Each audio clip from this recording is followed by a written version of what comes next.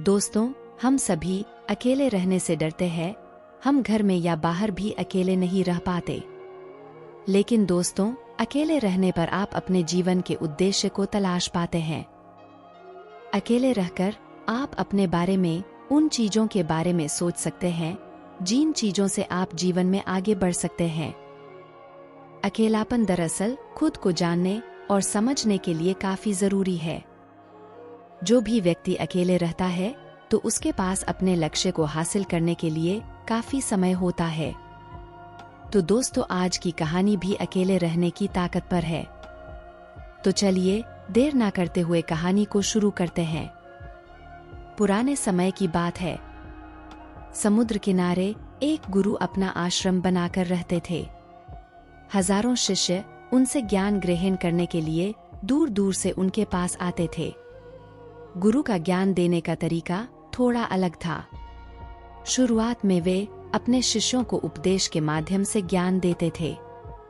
उसके बाद वे अपने शिष्यों को उस ज्ञान का अनुसरण करने के लिए कहते थे, ताकि वो ज्ञान उनके व्यवहारिक जीवन में उतर सके।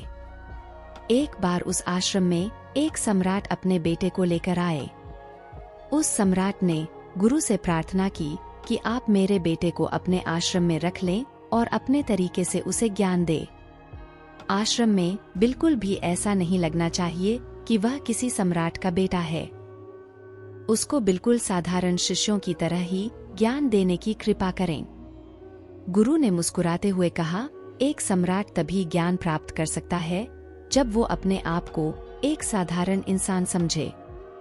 यही ज्ञान प्राप्त करने की सबसे पहली सीढ़ी है। गुरु ने सम्राट से कहा, तुम निश्चित रहो, आज से तुम्हारे बेटे की जिम्मेदारी मेरे कंधों पर रहेगी। यह कहकर गुरु सम्राट के बेटे को अपने साथ समुद्र के किनारे टहलने के लिए लेकर आ गए। आश्रम के काफी सारे बच्चे सम्राट के बेटे को देखकर उसकी तरफ आकर्षित हो रहे थे और उससे दोस्ती करना चाहते थे। जब सम्राट का बेटा और गुरु समुद्र के किनारे टहल रहे थे तो अचानक से सम्राट का बेटा फूट फूट कर रोने लगा, क्योंकि अभी वह सिर्फ 12 साल का ही था और 12 साल की उम्र में उसके पिता ने उसे अपने से दूर कर दिया। ये सदमा वो बच्चा सहन नहीं कर पा रहा था। वो यह समझ नहीं पा रहा था कि उसके पिता उसकी भलाई के लिए उसे इस जगह क्यों छोड़कर गए। उसे रोते हुए देखकर गुरु ने उससे कहा कि बेटा, मैं तुम्हें चुप नहीं कराऊंगा। हो सकता है कि आज मैं तुम्हारे आंसू पोंछ दूं, लेकिन कल तुम फिर से अपने आप को अकेला पाओगे। याद रखना, जीवन में इंसान अकेला आता है और अकेले ही जाता है। जितनी जल्दी इंसान इन बातों को समझ लेता है, वो उतनी ही जल्दी आत्मज्ञान के रास्ते पर निकल पड़ता है। गुरु ने अपनी बात आगे बढ़ाते हुए कहा कि जो इंसान अकेला रहना सीख लेता है, वही खुद से प्यार कर सकता है। और जो खुद से प्यार करता है, वो किसी के भी जाने का अफसोस नहीं करता। धीरे धीरे तुम आश्रम के माहौल में ढल जाओगे। शुरुआत में तुम्हें समस्या आएगी, लेकिन कुछ दिनों के बाद तुम्हें इसकी आदत हो जाएगी और उसके बाद तुम्हें ये जगह अच्छी लगने लगेगी।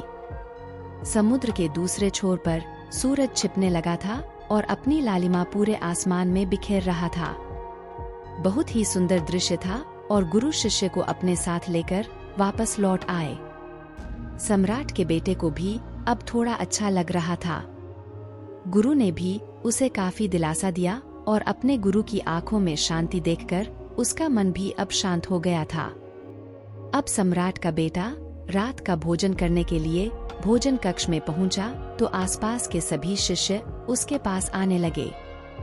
उन सभी को पता था कि ये सम्राट का बेटा है और अगर हम इससे दोस्ती कर ले तो हमारे लिए बहुत फायदा होगा।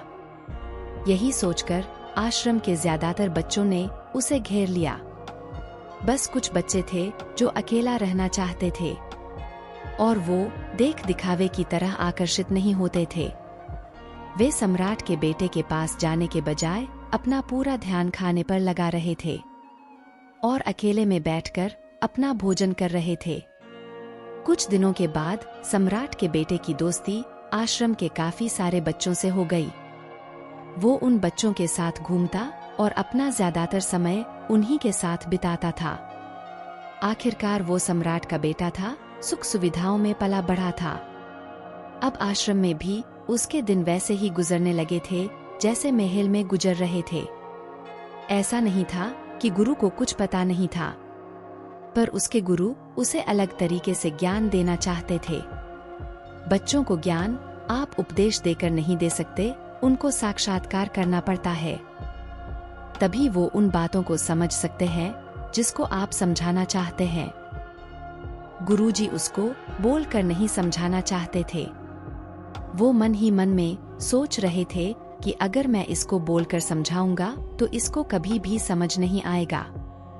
इसलिए मुझे इसको एहसास कराना पड़ेगा कि अकेले रहने से ही तुम अपनी शक्ति को जान पाओगे। ये सीख देने के लिए गुरु एक दिन शिष्य को अपने साथ एक पहाड़ी पर लेकर चले गए। पहाड़ी पर पहुंचकर गुरु ने शिष्य से कहा कि अब तुम्हारा ज्ञान पूरा हो चुका है, बस एक आखिरी रात तुम्हें यहाँ पर बितानी होगी। उसके बाद अगले दिन शाम को तुम तुम्हारे राजमहल में ही वापस चले जाओगे। वह बच्चा यह सुनकर बहुत खुश हो गया कि अब वह वापस राजमहल चला जाएगा। फिर से मेरे दोस्त और दासियां मेरे पास होगी। उसने गुरु से पूछा कि गुरुजी, मुझे आज रात आप यहाँ पहाड़ी पर क्यों छोड़ रहे हैं? आखिर मुझे कौन सा आखिरी ज्ञान प्राप्त करना है? गुरु ने मुस्कुराते हुए कहा कि यहाँ पर चट्टान के पीछे तुम्हें छिपकर बैठना होगा। यहाँ पर रोज रात को एक बाज आता है। तुम्हें उस बाज को देखना होगा और बड़ी ही गौर से उस पर ध्यान देना होगा। उसकी हर एक गतिविधियों को जानना होगा।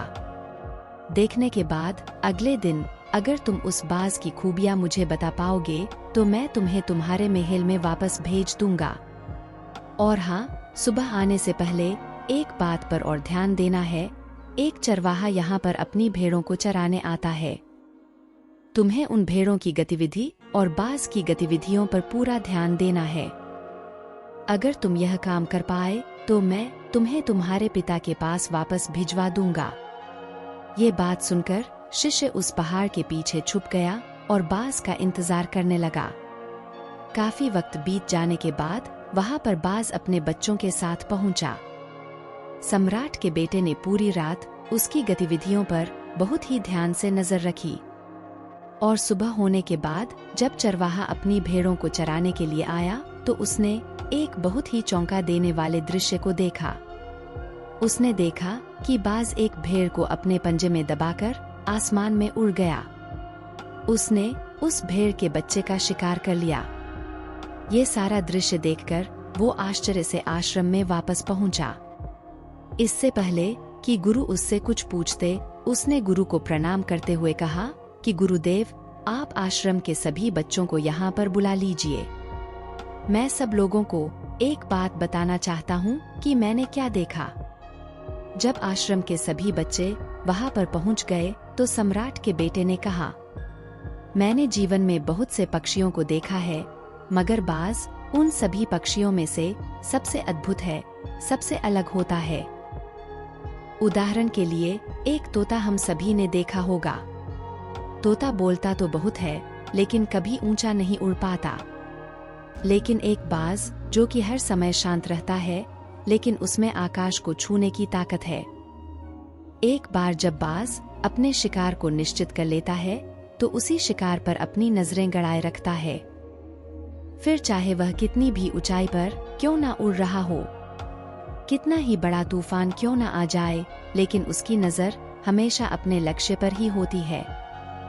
और यह बात मैंने आज सुबह ही समझी है। बाज ने हर भेड़ को शिकार नहीं बनाया, बल्कि उसने भेड़ों के झुंड में से सिर्फ एक भेड़ को अपना शिकार बनाया। उसी तरह हमें भी अपना ध्यान अपने लक्ष्य पर लगाना चाहिए, भले ही हमारे सामने चाहे कितनी भी अटकलें क्यों ना हो। हमें अपने लक्ष्य को साफ तौर पर निश्चित करना चाहिए और जमकर उस पर काम करना चाहिए। हमें बहुत सारे अलग अलग लक्ष्यों पर ध्यान न देकर अपनी ताकत को बर्बाद होने से बचाना है। हमें किसी एक लक्ष्य को निश्चित कर उस पर अपना पूरा ध्यान लगाना चाहिए। और तीसरी बात, जो मैंने सीखी है, और हम सबको भी वो बात सीखनी चाहिए कि बाज कभी भी दूसरे पक्षियों के साथ नहीं उड़ता, वह हमेशा आकाश में अकेला उड़ता है। इससे हम यह सीख सकते हैं कि हमें कभी भी छोटी सोच वाले लोगों के साथ नहीं जुड़ना चाहिए। उनके साथ रहकर हम भी वही बन जाते हैं जिसके साथ हम रहते हैं। इसलिए या तो बड़ी सोच वालों के साथ रहो या आप अकेले रहो, क्योंकि जब हम अकेले रहते हैं तभी हम खुद की ताकत को जान पाते हैं और खुद की कमजोरियों को समझकर उन पर काम कर पाते हैं। हम अपनी ताकत को जानकर उसका सही इस्तेमाल कर सकते हैं, लेकिन वह तभी संभव होगा जब हम अकेले रहना सीखेंगे। चौथी सीख जो हमें सीखनी चाहिए कि एक बाज हमेशा अपनी सीमाओं से ऊपर उड़ता है। जब तूफान आता है तो हर एक पक्षी अपने घोंसले की तरफ भागने लगता है, खुद को छुपाने की जगह ढूंढता रहता है, लेकिन बाज ऐसा नहीं करता। वह खुद की सीमाओं को तोड़कर आसमान की खतरनाक ऊंचाइयों पर उड़ता है और खुद को मजबूत बनाता है। उसकी ये बातें सुनकर गुरु ने अपनी बात खत्म करते हुए कहा कि मैं आज रात इस सम्राट के बेटे को इसके राजमहल में वापस भेजने जा रहा हूँ, क्योंकि इसका ज्ञान यहाँ पर पूरा हो चुका है। ये कहकर गुरु सम्राट के बेटे को साथ लेकर राजमहल की तरफ रवाना हो गए और बाकी के सभी बच्चे उन्हें पीछे से जाते हुए देख रहे थे। तो दोस्तों, आपने देखा कि अकेले रहने की ताकत क्या होती है। दोस्तों, मुझे उम्मीद है कि यह कहानी आप सभी को अच्छी लगी होगी और आपको इस कहानी से कुछ सीखने को मिला होगा।